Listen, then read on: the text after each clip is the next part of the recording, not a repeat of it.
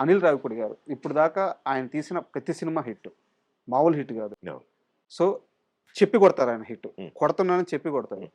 ఈ సినిమా షూటింగ్‌లో ఉన్నప్పుడు గూడా చాలా నెగెటివ్ క్యాంపెయిన్ నడిచింది ఆయన మీద. హ్మ్. పర్టిక్యులర్‌గా ఆయన మీదే నడిచింది. దొరికేస్తాడు, దొరికేస్తాడు, దొరికేస్తాడు.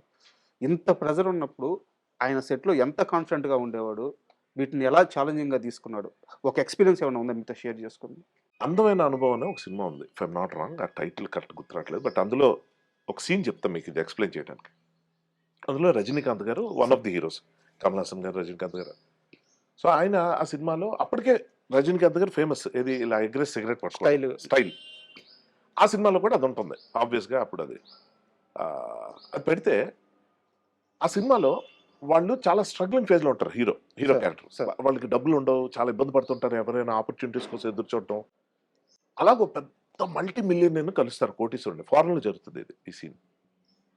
కలిస్తే సార్ ఆపర్చునిటీ కావాలి సార్. అంటే వాళ్ళకి ఆ రోజుల్లో ఉన్న పరిస్థితికి ఒక 10,000 దొరికితే చాలా ఎక్కువ. కరెక్ట్. అలాంటి పరిస్థితుల్లో ఏదైనా ఈయన ఒక పోనీ 5,000 ఇచ్చినా బావుండు అన్న పరిస్థితుల్లో అతను చూస్తాడు. రజనీకాంత్ ఆ సిగరెట్ స్టైల్. ఎగరేయటం. హ్మ్. ఇది కొంచెం యాడ్ చేసి చెప్తున్నాను. చెప్పండి. యాజ్ ఇట్ ఈజ్ కాదు.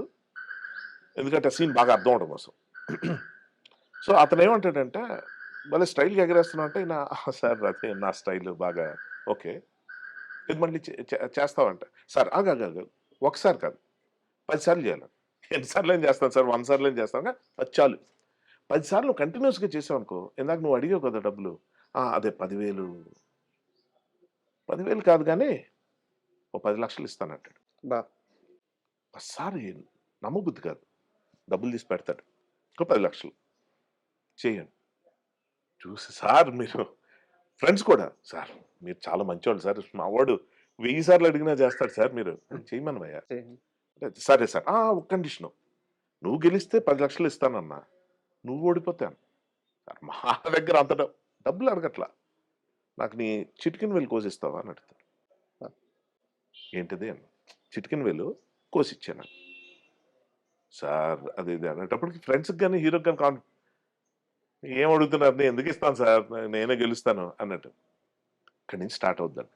1, 2, 3, 4, 5, 6, 7 ఇక్కడి నుంచండి తెలియకుండా ఇంకొక 3 చేస్తే 10 అయిపోద్ది కదా అన్న దాంట్లో ఓడిపోతే నా చిటికెన వేలు పోద్ది అన్నది అక్కడ పాయింట్. హ్మ్. సో 8కి వస్తదండి. ఆల్మోస్ట్ 6 దగ్గర నుంచి టెన్షన్ పీక్స్‌లోకెళ్తది. అలా జస్ట్ ఆ మిస్సే అంటే పోయేదిక్కడ జస్ట్ ఏదో మామూలుగా అడిగితే 100 సార్లు చేయొచ్చు. చిటికెన వేలు ఇచ్చేయడం ఏంటి? ఒకటి. అవును. పోతే ఏం లాసు? వస్తే ఏం ప్రాఫిట్? హ్మ్. అప్పుడు ఇంకొక సిగరెట్. అలాగే 7 దాకా వస్తదండి. 8కొచ్చేటప్పటికి చెమటలు పడుతుంటాయి ఒక్కొక్కడికి. ఫ్రెండ్స్‌కి గాని, హీరోకి గాని. రజనీకాంత్‌కి. అప్పుడు 8 పట్టుకునేసరికి ఆల్మోస్ట్ ఇంకా 2 ఉన్నాయి. 9 ఆ ఓనర్ అలాగే చూస్తుంటాడండి. కాన్ఫిడెంట్‌గా ఉంటాడు. వీడికి చెమటలు అంటే ఇది గాని మిస్ అయితే నా వేలు పోద్దా అని చెప్పి 9 తెచ్చేస్తా. పట్టుకుంటాడండి. అమ్మ ఇంకొక్కటి అనేటప్పటికి 10 పట్టుకోడు పారిపోతాడు. మీరు చెప్తుంటే వాళ్ళకి కాదు నాకు పడుతున్నాయి చెమటలు. మీరు అనిల్ రావిపూడి అంటున్నారు. అవును. రాజమౌళి దగ్గర కూడా చూసాను సార్. హ్మ్. రాజమౌళి గారు కూడా ఏ సినిమా తీసినా రగ్బీ అంటరా ఎవడికి తెలుస్తది. డిజాస్టర్ అవుద్ది సినిమా. అవును అన్నారు. ఏది రిలీజ్ అయిన తర్వాత కూడా ఆడదాడదు. ఏదో రాజమౌళి ఏదో హడావుడి మీద ఏం లేదు ఏమి లేదురా రగ్బీ. నేను నిజం అనుకునేవాడిని. చూస్తే నచ్చేది మూవీ. నాకే నచ్చిందేమో అనుకునేవాడిని. కలెక్షన్ ఇంకో రకంగా ఉండేది. అవి ఫేక్. అరే! ఓకే. Magadheera same topic. ఆ! ఆడదు. కొట్టాడు. 'త్రిబుల్ ఆర్' దాకా ఎళ్తే. 'బాహుబలికి' రాజమౌళి గారి ఇంటర్వ్యూలోనే ఉంటదండి. ఆయనే చెప్తాడు. ఫస్ట్ 'బాహుబలికి' 'బాహుబలి 1'కి భయపడ్డారంట. 1, 2 days or I'm not sure. ఒక రోజా? ఒక వారం. రోజు ఫస్ట్ రోజు షో రిలీజ్ అయిన తర్వాత. ఏదో 1 వీక్ అనుకుంటా. ఆ! సార్. Or 3, 4 days. ఎట్లా కొంచెం అంటే షాకింగ్ పీరియడ్ చెప్పాడాయన. అవును. అసలు డిజాస్టర్ టాక్ అంట సినిమాకి. అవును. అదేంటి? ఇందాక నేను చెప్పినట్టు కొన్ని సినిమాలు ఎందుకు ఆడతాయో కూడా తెలీవు. అందులో ఏం ఉండదండి. ఆడేస్తా ఉంటాయి. కాకపోతే ఏదో మ్యాజిక్ అనాలేమో దాన్ని. ఆ మ్యాజిక్‌ని అర్థం చేసుకొని మ్యాజిక్ లాజిక్ ఎప్పుడవుద్దంటే మ్యాజిక్ అంటే ఒకసారి అయి రెండోది పోయినప్పుడు. హ్మ్. అది లాజిక్ అన్న పదం ఎక్కడ వాడాలంటే మ్యాజిక్ ఎలా చేయాలో తెలిసిపోయే లాజిక్ ఒకటి ఉంటదండి. Correct. So, Anil Ravipudi middle class mind సెట్‌ని పట్టుకున్నాడు. Correct word. మిడిల్ క్లాస్ అన్న మైండ్ సెట్ గురించి నేను చెప్తే ఇది చాలా జాగ్రత్తగా వినండి. It is not about financial status middle class అన్నది మైండ్ సెట్ గురించి చెప్తున్నా. 1000 కోట్లు సంపాదించినోడు కూడా మిడిల్ క్లాస్ మైండ్ సెట్ ఉండొచ్చు. ఉమ్, అది ఎందుకు ట్యాప్లో నీళ్ళు అలా పోతున్నాయి కట్టేయండి, అది బయట ఎందుకు నీళ్ళు కొంటారు. వాటర్ గురించి నేను చెప్తా, ఒక 20 రూపాయలు ఖరీదు చేసే వాటర్ బాటిల్ గురించి. అక్కడ ఎక్కడో తింటే ఎంత అవుతుంది కదా, అది ఇక్కడ చేసుకుంటే అయిపోతుంది కదా అంటే అక్కడ డబ్బులు ఒకటే కాదు, బయట ఫుడ్ ఎందుకు తినడం, ఇంట్లో చేసుకుంటాం.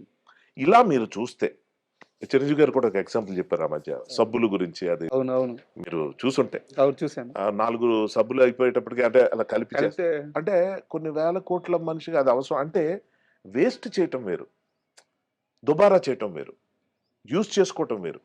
ఈ దాదా తెలిసిన వాళ్ళకి నేను మాట్లాడుతుంది లేకపోతే వాళ్ళు చేస్తుంది అంటే అర్థం అర్థమవుతుంది. కరెక్ట్. పిసనాతనం కాదు ఇది, కాదు, పిసినారితనం వేరు. వేరే.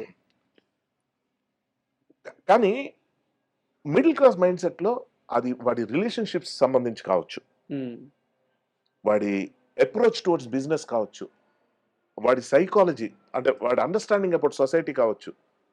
ఇన్ని ఆస్పెక్ట్స్ ఉంటాయి సార్. ప్రతి ఒక్కడు మన రూట్స్ ఏంటంటే విలేజెస్ నుంచి వస్తాం, టౌన్స్లో వచ్చి వస్తాం, అలా సిటీస్కి వస్తాం. సో మనం అలాంటి ఫేజ్లన్నీ చూసి వచ్చిన వాళ్ళ గురించి చెప్తున్నా. సో లేకపోతే ఇక్కడ పుట్టిన వాళ్ళు కూడా మెట్రోస్లో పుట్టిన, బట్ వాట్ ఎవర్ వాడు ఒక లైఫ్ని వాడు స్టడీ చేసుకుంటూ వెళ్తున్న ప్రాసెస్లో వాడికి మైండ్ సెట్ ఫామ్ అవుద్ది. ఈ క్వాలిటీస్ ఉన్న వాళ్ళని మిడిల్ క్లాస్ మైండ్ సెట్ అంటాం. సో మీరు అంటే అనిల్ రావిపూడి గారు ఆ ఎమోషన్ పట్టుకున్నారని చెప్పారు. సో నాకు ఆ వర్డ్ కోసమే నేను అడిగింది. అయితే నాకు ఒక ఎగ్జాంపుల్ కావాలి. అంటే మనం ఇందాకే మాట్లాడు, ఈ పిసినారితనం కాదు, ఇది ఒక మైండ్ సెట్ అని చెప్పి. ఇండస్ట్రీలో మీరు తిరిగే హీరోల్లో కానీ, ఆర్టిస్టుల్లో కానీ, టెక్నీషియన్లో కానీ ఇలాంటి మైండ్ సెట్, ఒక మిడిల్ క్లాస్ మైండ్ సెట్ ఇంకా పోకుండా ఉండే మనిషి మీ ఫ్రెండ్స్లో కానీ ఎవరైనా ఉంటే ఆ మనిషి పేరు చెప్పండి. కాదు, పోకుండా ఉన్న వాళ్ళ అంటే అలా ఆ మైండ్ సెట్ ఉన్నవాళ్ళు. రాజీవ్ చాలా మంది అండి. ఉమ్, రాజీవ్ వెరీ గ్రౌండెడ్ సార్. మీకు ఒకటి చెప్తా, అది నేను చెప్పక్కర్లా పేర్లు. ఉమ్, మీకు ఒక స్టేజ్ మీద మైక్ పట్టుకుని మాట్లాడే ఎవరైనా సరే, మీరు సందీప్ రెడ్డి వంగాన్ని తీసుకోండి, అంటే ఏ రాజమౌళి గారిని తీసుకోండి, ఉమ్, అలా చెప్పుకుంటూ పోతే అదే చాలా మంది ఉన్నారండి. కొంతమందికి మనకి ఎలాగంటే వాళ్ళకి వాళ్ళ యాటిట్యూడ్, వాళ్ళ పర్స్పెక్టివ్ దానివల్ల అర్థం కాకపోవచ్చు. తెలిసిపోతాయి. ఉమ్, కాదు, చాలా ఈజీగా తెలిసిపోతాయి. వాళ్ళకి ఎలాగ ఉంటుందంటే ఒక రకమైన మదం, ఉమ్, ఒక రకమైన గర్వం, అది తెలిసిపోతుందండి. మేము కారణ జన్మలం, ఇక్కడ మేము ఇలాగ పుట్టడం చాలా గొప్ప విషయం అని మాట్లాడే వాళ్ళు చాలా మంది ఉంటారు. అది వేరు. ఉమ్. మంచితనం ఫేక్ చేసేవాళ్ళు కూడా ఉంటారండి, చాలా ఇంపార్టెంట్ పాయింట్. ఓకే. మంచితనం ఫేక్ చేసేవాళ్ళు, ప్రేక్షక దేవుళ్ళు లేకపోతే మేము లేవు, ఈ డైలాగులు ఎవరైనా చెప్పొచ్చు, కానీ నిజంగా ప్రేక్షక దేవుళ్ళ కోసం ఎవరేం చేస్తున్నారు ఇస్ ద క్వశ్చన్. సో మీరు చెప్తే నా ఫ్రెండ్ సర్కిల్లో నేను చూసిన వాళ్ళు, అంటే నేను ప్రతి ఇంటర్వ్యూల మధ్య ఫ్రీ పబ్లిసిటీ ఇస్తున్నాను రాజీవ్కి. నేను ఇచ్చే పబ్లిసిటీ పనే ఉంది, కానీ మా మా బ్యాచ్లో సూపర్ స్టార్, మెగాస్టార్, ఉమ్, లవ్లీ పర్సన్. అంటే చాలా గ్రౌండెడ్గా ఉండేవాళ్ళు మీరు గుర్తుపట్టేచ్చు సార్, నేను చెప్పక్కర్లా. చాలా మంది ఉన్నారు. హీరోస్లో చూసుకుంటే నితిన్ గాని, విజయ్ దేవరకొండ, నాని గారు, ఉమ్, ఉమ్. ఎవరు